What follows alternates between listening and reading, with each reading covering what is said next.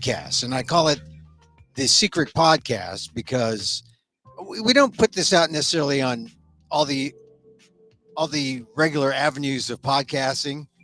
Like the Spotify's and the cast boxes and the I like cast box. That's a good one. You can get the PETA podcast there on Spotify too. But this one I put out, you got to see it live when we put it out on, say, YouTube at Emil Amok 1, or on Twitter at Emil Amok, or on Facebook at fb.com/EmilGuillermo.media. You got to know all those things. And then you got to know to look for it at amok.com, where I put the replays. And so I call it the secret podcast because we're not necessarily looking for you. I hope you're looking for me, but we're not necessarily looking for you. But we put out something.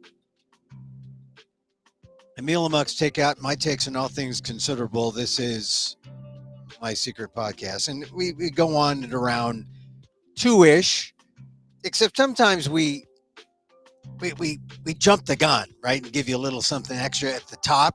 So you might, if you're coming on at 2-ish, 202, 3, 4, 5, etc., you might miss some of this stuff at the beginning. But then you can use your finger and rewind a bit.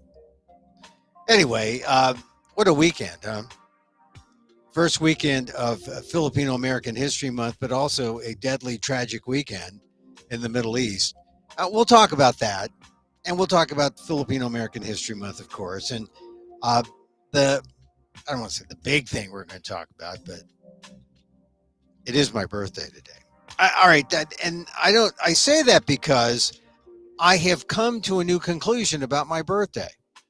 I've come to a new feeling about how to look at my birthday. And if you saw my post on the Asian American Legal Defense and Education Fund, I speak about that. And I'll talk about that today on this program, because I think it's a unique way, because you get to a point in your life where you stop counting, right? You stop counting the years and you say, well, what difference does it make? It's another year, another lap around the sun, as a friend of mine said. She was having a birthday last week. And so, all the October birthdays, they recognize each other and they sort of greet each other, and that's cool. But I know I stopped counting. I stopped counting the years. I stopped counting not that they're insignificant years, but I just stopped. I didn't want to think about how many years it's been or how many years it is.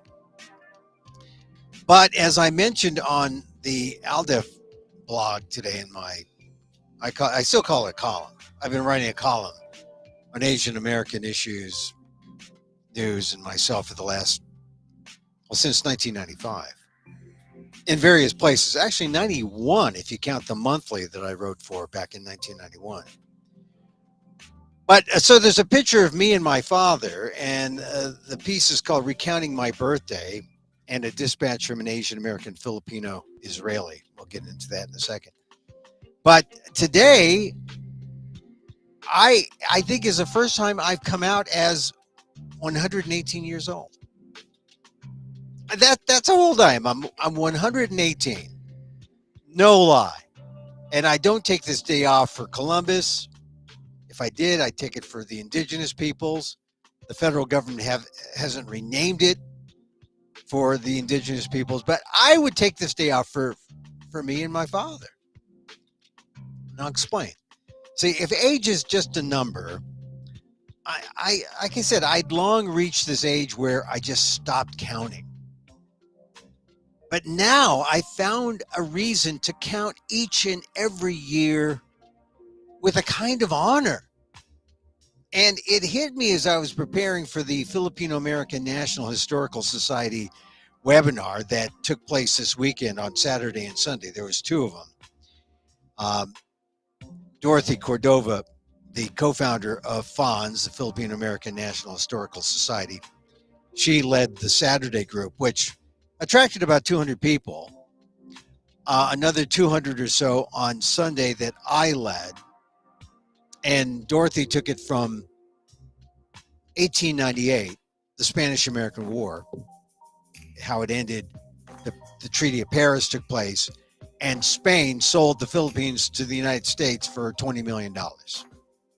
And that was 125 years ago, which is you're going to celebrate Filipino American National Historical Society events like, Filipino American history, a round number year like the 125th year after the Treaty of Paris. That's a good reason. And I thought about that as I was preparing my side. She took it from 1898 to World War II. And then I, on Sunday, talked about post-World War II to the present day, which she knew was going to be maybe a little more spicy because, it's still unsettled, still stuff happening. Which we went on for 3 hours. It was a long program. But so I'm preparing for this. It was supposed to be 2 hours. Of course, we went 3 hours. My father would have been 118 this year. And because I'm preparing and thinking about Filipino American history, I now realize that his life has been mine. I mean, maybe not literally, but my life is the way it is because of him, because what happened to him. And my life doesn't make sense unless you understand the historical context of Filipino American history. I mean, my father was born in the Philippines under the American flag in 1905. All right, if 1898, the Spanish sells the Philippines to the U.S., right? That's like 7 years. The Philippines is a U.S. colony. And that's when my dad is a baby colonial, right? 7 years after 1898, the Treaty of Paris, 20 million. That's how much they bought. And as I like to point out in my one-man show, that's 20 million. That's less than the New York Jets paid to get quarterback Aaron Rodgers. So through the treaty, my father became more than a Filipino. He was a colonized American national. And he had the ability to come to America without papers. He was legally undocumented. Didn't need no papers. There, the double negative there. Didn't need no. Didn't. It's one negative. Need no. Double negative. Bad grammatically, but sounds kind of poetic. Didn't need no. Like you wouldn't like correct Mick Jagger when he says, "I can't get no satisfaction." You wouldn't like come back and say, "Mr. Jagger, that's ungrammatical." You wouldn't do that. Anyway, my father was legally undocumented, and that's where things start to sour. My father, he comes to America in 1928, but was not lucky enough to immediately start a family. Not in 1928, not in 38, not in 48. Oh my God, these years are piling up. What is going on here? I mean, is your father is he just not attractive? Is he not? It wasn't until the 50s. I mean, was it his loud, unappealing clothes? Was he? No, he was just caught up in Filipino American history, which is a racist one where Filipinos were plugged up, stopped up, damned up, or maybe just damned.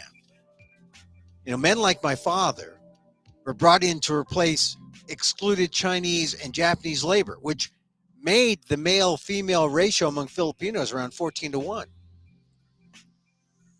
They say, stick with your own kind. You couldn't find a Filipino wife. At 14-1, those are long odds. And then there were anti-miscegenation laws. Miscegenation, a long word or anti-miscegenation, a long phrase for no mixing. Primarily black and white, but they included the Filipinos. with the blacks. No mixing with the whites. That was in play. And of course, Filipinos, while these laws were in effect throughout the land in various states, particularly in California, Filipinos are shot or lynched just for looking at a white woman. So my father was only able to start a family well after World War II, when Filipino women were allowed to come more easily to America. Some were what they call war brides. It started the baby boom that took place in society generally, but it was especially booming among Filipinos. But then again, not quite to my family. My family's health, or my father's health and age, prevented him from enlisting in the segregated military. They have the 1st and 2nd Regiment. Those were the Filipinos. I mean, it was a segregated army. But because of the military, that would have made him eligible for the first bit of affirmative action for Filipinos, the GI Bill, which enabled the creation of a real Asian American Filipino middle class. My father was ineligible for that because he didn't serve. And if you didn't serve, it meant you relived the 20s, the 30s, and the 40s, and the 50s, like my father. My mother was not a traditional Filipino war bride. That's where women were paired up, matched up, some with Filipinos, some with others, some with whites, blacks. I mean, there were a lot of mixed marriages. But some Filipino men who were members of the military went back and got Filipino brides. My mother was not part of that. But she survived the Japanese occupation of Manila during World War II.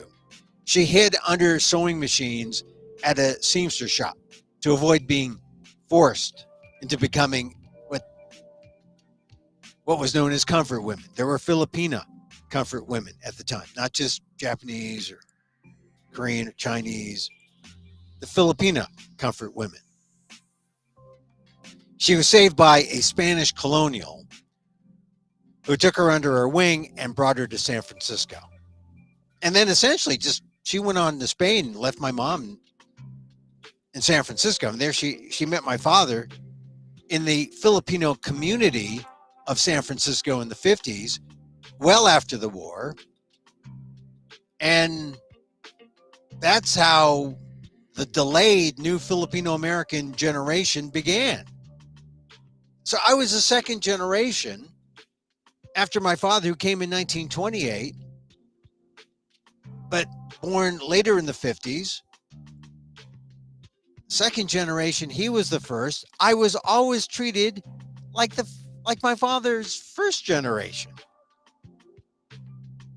I'm second.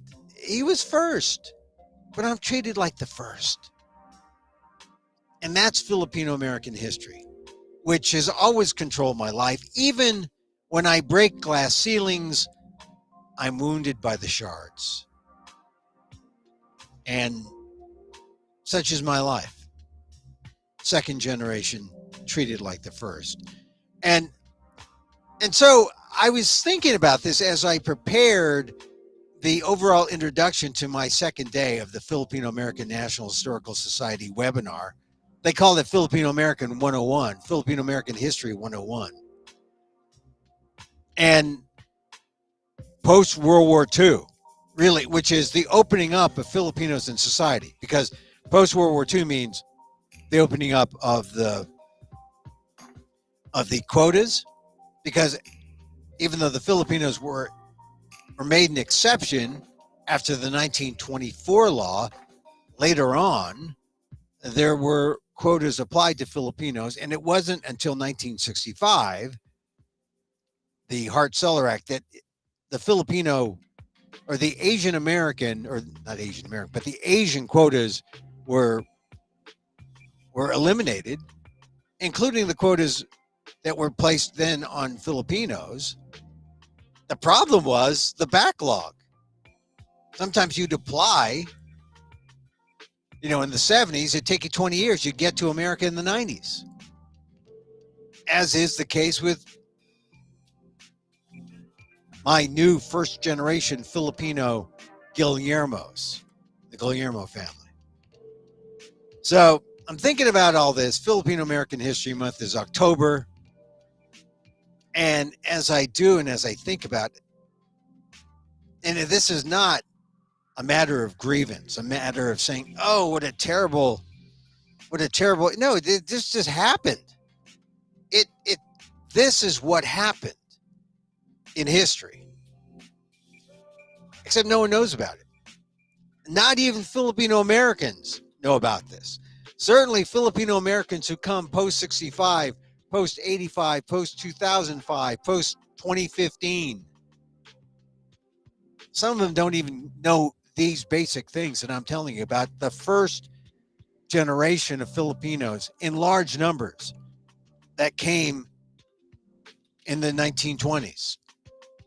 Because my father, as I said, he came in 1928. There were initially somewhat well-off, slightly more elitist Filipinos who came to study, the pensionados, in the 19-teens, early 20s. But the big group of Filipinos to really settle in America came mid-20s, 30s, about 30,000 of them, primarily in California, to be a labor force. The first big group. Some came from Hawaii because they were part of the what they call the cicada movement. Laborers from north of the Philippines, the Ilocos area, where my father's from. They go to Hawaii first, and then they come to the United States in the 20s. But they first were in Hawaii in 1906, working the plantations. My father was just a baby, back then. Didn't come until the 20s, and by then they were skipping Hawaii. They were coming straight to the United States because Filipinos were the exception from the Asian quotas that were in effect at the time. So this is the unique history that if you're a Filipino American and you want to know why your life is screwed up or why your life is the way it is, if you understand the history, you say, oh, that's why. That's why it's like this. I get it now. I understand it now. And that's why I go back to the day my father was born. It only makes sense if you know the Filipino American history. It only makes sense to honor my father.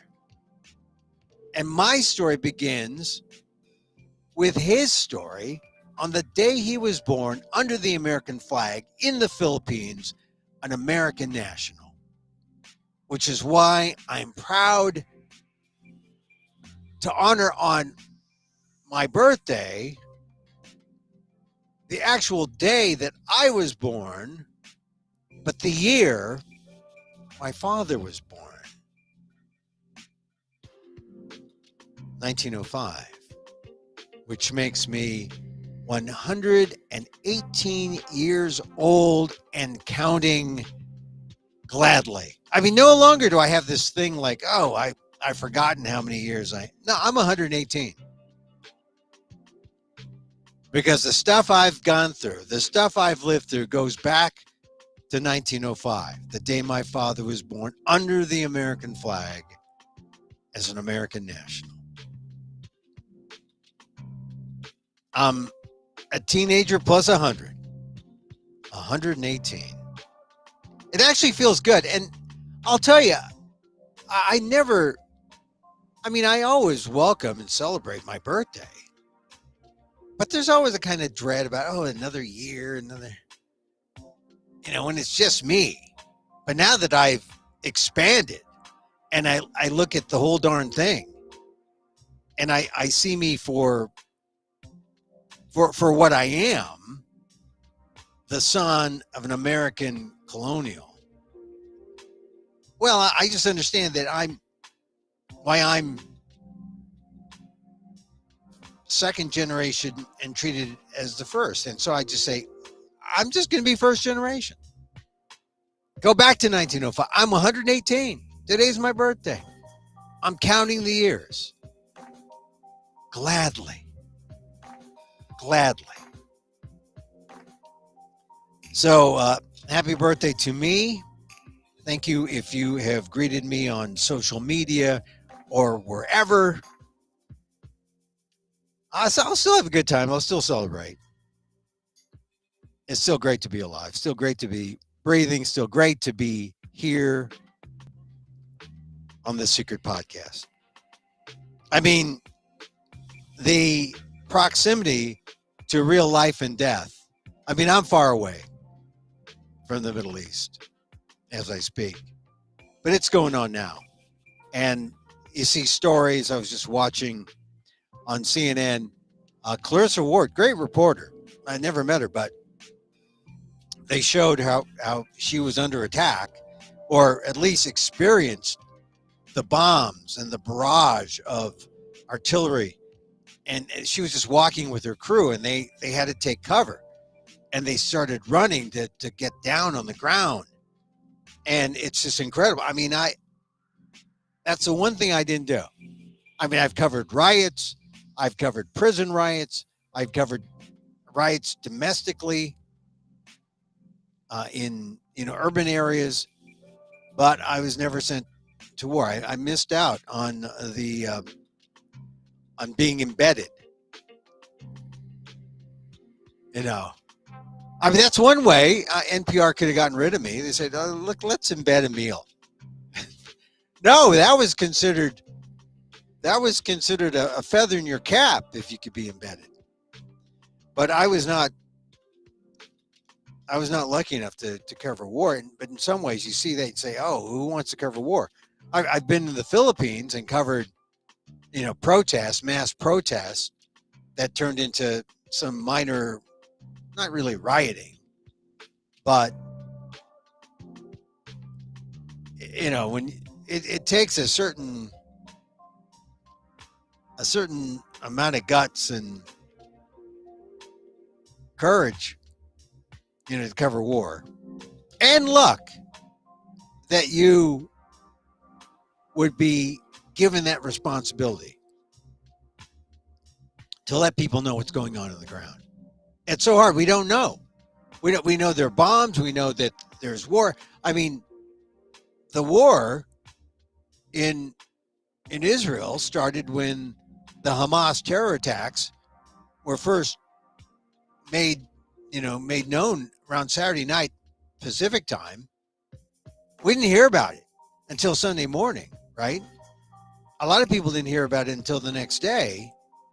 And if you know people in Israel, some people are saying, well, you don't care about us? Don't you know what's going on? We had a friend who felt like, oh, what's wrong with you guys? You don't care about me? No, we care, but we didn't know. And so I had to call all my friends. Well, I have a handful of friends in Israel. And I just had to make sure that they know that we care. And I mean, I don't think there's any, well, I'm sure there's some people who don't have any friends in Israel, but there's a lot of people here in the United States. And oddly enough, there's a lot of Asian Americans, specifically Filipinos. There are 35,000 Filipinos in Israel, and they're actually part of the diaspora from the Philippines. They spread out, like there's like 2 to 3 million in the Middle East, but mostly the countries like Saudi Arabia and Qatar. I've got relatives in Saudi Arabia, married, and now I think she's in Qatar. She's been living there for 30 years. But there's a small handful, 35,000 of Filipinos in Israel. And of course, they're there to work. They're there as domestics. They're there as part of families. And they care for the elderly. There's reports that some Filipinos were injured. But I have a unique friend. a Filipino American born in the U.S. who married his Israeli sweetheart. He went off to Israel in his youth as part of some program, I believe. He met her and then later on returned, married her, and moved to Israel nearly a decade ago. So this is a dear friend of mine, but we don't talk as I only talk to him whenever I hear there's a bomb or some kind of trouble in Israel. So I gotta call him. You okay? You know, or a text. We text each other. You all right? Yeah. I mean, he's essentially an Asian American Filipino Israeli because he lives there. His life is there. His family is there with his Israeli wife. And when Israel was attacked, I contacted him just to make sure that they were okay. And he said, we are fine away from the southern conflict areas. It goes on. A major intelligence and operational failure by the IDF, Israeli defense. The watchmen were sleeping, Israelis 911. This is the kind of dispatch that people were saying, drawing the comparison to 9/11, right? This is a terror attack. So I was relieved to hear that my friend was safe. And then he goes on. There should have been a trigger with troops rushing in if there was a breach of the high-tech security fence. A quick reaction force. Failure of intel component, he continued. But as we continued texting and emailing, he knew that something bigger and more deadly was brewing, especially after Netanyahu says, we're at war. We're at war, folks. That was the first headline I saw Sunday morning. And my friend, who was a corporate attorney, so he's fairly, well, I don't want to make the jump to conclusions, though all corporate attorneys are responsible, but he knows what he's talking about. And he says the West Bank is ringed with troops. The northern border is on high alert. And Nasrallah learned his lesson in 2006. He's talking about Hezbollah, the leader of Hezbollah, when they tried to go in 2006. Now this is Hamas that's doing the terrorizing. And my friend says a big ground war is coming. 2 months tops in the fighting, but it's going to be bloody. See, I would challenge him to add, 2 months. Because it's like 2 days. 800 dead in Israel, says the New York Times, with 150 held hostage. 687 Palestinians are dead. I mean, that's the number that's going to go higher, right? I mean, here's the thing. We all want peace, I think. I think we all want peace. Or we want a ceasefire, but we're not going to get it. And we're going to go through this period. My friend says 2 months, but we're going to go through a period where there's going to be bloody fighting. And in a way, you say, I mean, you look at everyone who's reporting from the ground there and say, we haven't seen anything like this. This is worse than we've seen. And the Israelis are already, they're coming back with a counterattack, with more bombs. And I think some of them, have the people who know that there was an intel failure, they're coming with the vigor. And these numbers that are now 800 dead in Israel, 687 Palestinians dead, 150 held hostage, those numbers are going to grow. And at some point, the numbers are going to grow high or higher to the point where someone is going to want to talk. I hope it's sooner than later, because the numbers are bad now. They're going to get worse. What bothers me is, as a pacifist, you want to be pro-Israeli, you want to be pro-Palestinian, and you can't say, look, what Hamas did was an act of terror. That's not acceptable. But nothing is going to get people back to the table to talk at this point for a long time. The only thing that's going to happen is these numbers are going to rise. And when it gets to a level that people say, okay, we're ready to talk. We're far away from that. And that's the sad thing. That's the sad thing. Because, I mean, you heard people being interviewed who were family members of people who were kidnapped and victimized saying, look, the cruelty, the inhumanity shown by the terrorist attacks. I mean, you could be pro-Palestinian and not be pro-terror, not be pro-cruelty, not be for the inhumanity that's being shown over the last, since Saturday. I mean, children, elders being kidnapped, killed, women raped. I mean, the reports on the ground say it's unprecedented.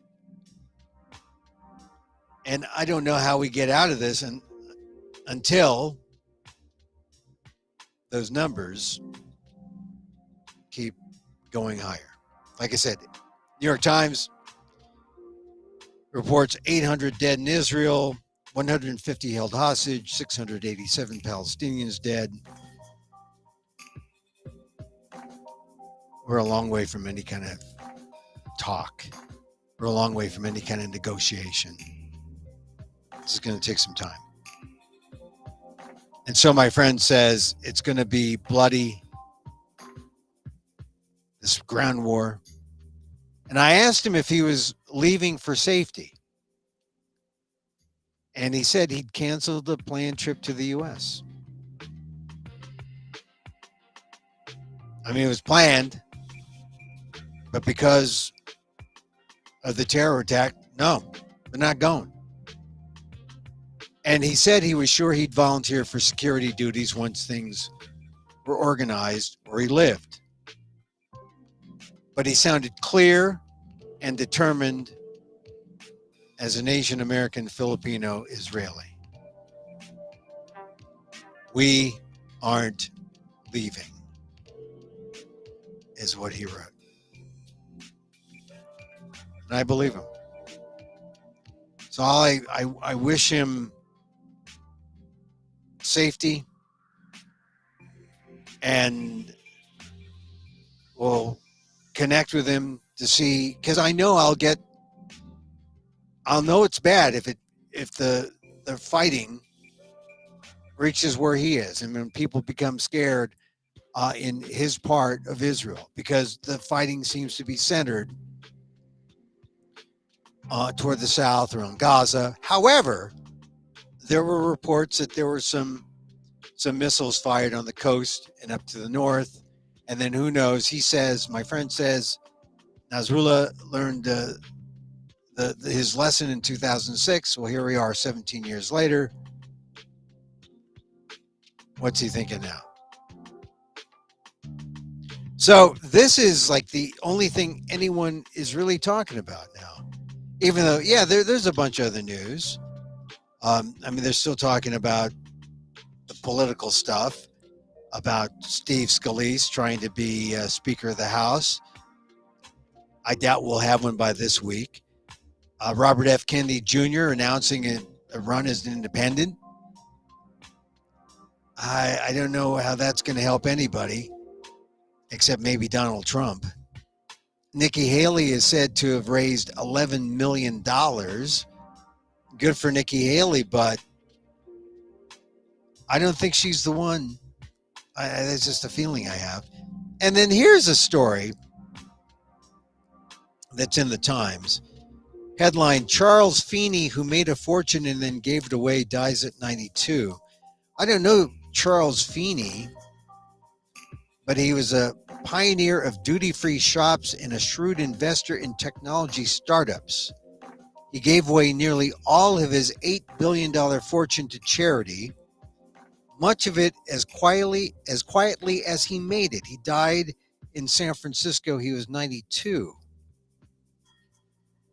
In 2016, he made a $7 million donation to his alma mater, Cornell. But here's the thing about people who make a lot of money. And, Buffett calls Feeney his hero, and apparently all the millionaires or billionaires like Bill Gates look up to Feeney as someone to guide them in what they do with their money. But what always gets me about people with money, I guess it's okay to make money, but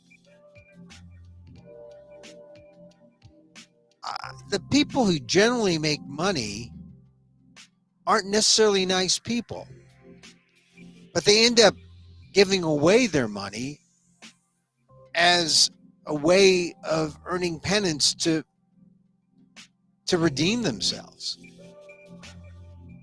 Why don't you just skip the money making and try doing the good things first? That was always my argument.